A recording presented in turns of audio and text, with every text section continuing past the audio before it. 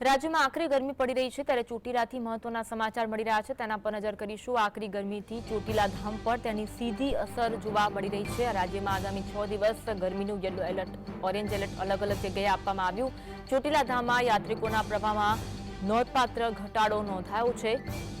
બપોરે 42 ડિગ્રી તાપમાનનો પારો પહોંચતા અસહ્ય ગરમીનો સામનો લોકો કરી રહ્યા છે। ત્રાહિમામ લોકો પુકારી ચૂક્યા છે। ચોટીલા ધામમાં તેની અસર, ચામુંડા ધામમાં હીટવેવની અસર જોવા મળી રહી છે અને શ્રદ્ધાળુઓની સંખ્યા ઘટી હોવાનું જોવા મળી રહ્યું છે। ચામુંડા ધામમાં હીટવેવની અસર, ચૈત્રી આઠમ હોવા છતાં પણ યાત્રિકોની જોઈએ તેટલી સંખ્યા જોવા નથી મળી રહી। યાત્રિકોની સંખ્યામાં ઘટાડો થયો એટલે કે આકરી ગરમીની સીધી અસર ચોટીલા ધામ પર જોવા મળી રહી છે, જેથી અસહ્ય ગરમી પડી રહી છે।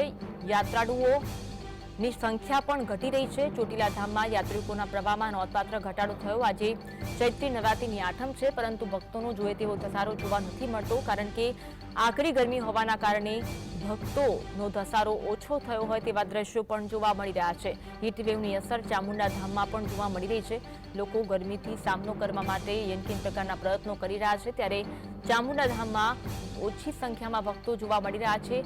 આઠમનો આજનો દિવસ છે, પરંતુ છતાં ભક્તો જોઈએ તેટલી સંખ્યામાં જોવા નથી મળતા।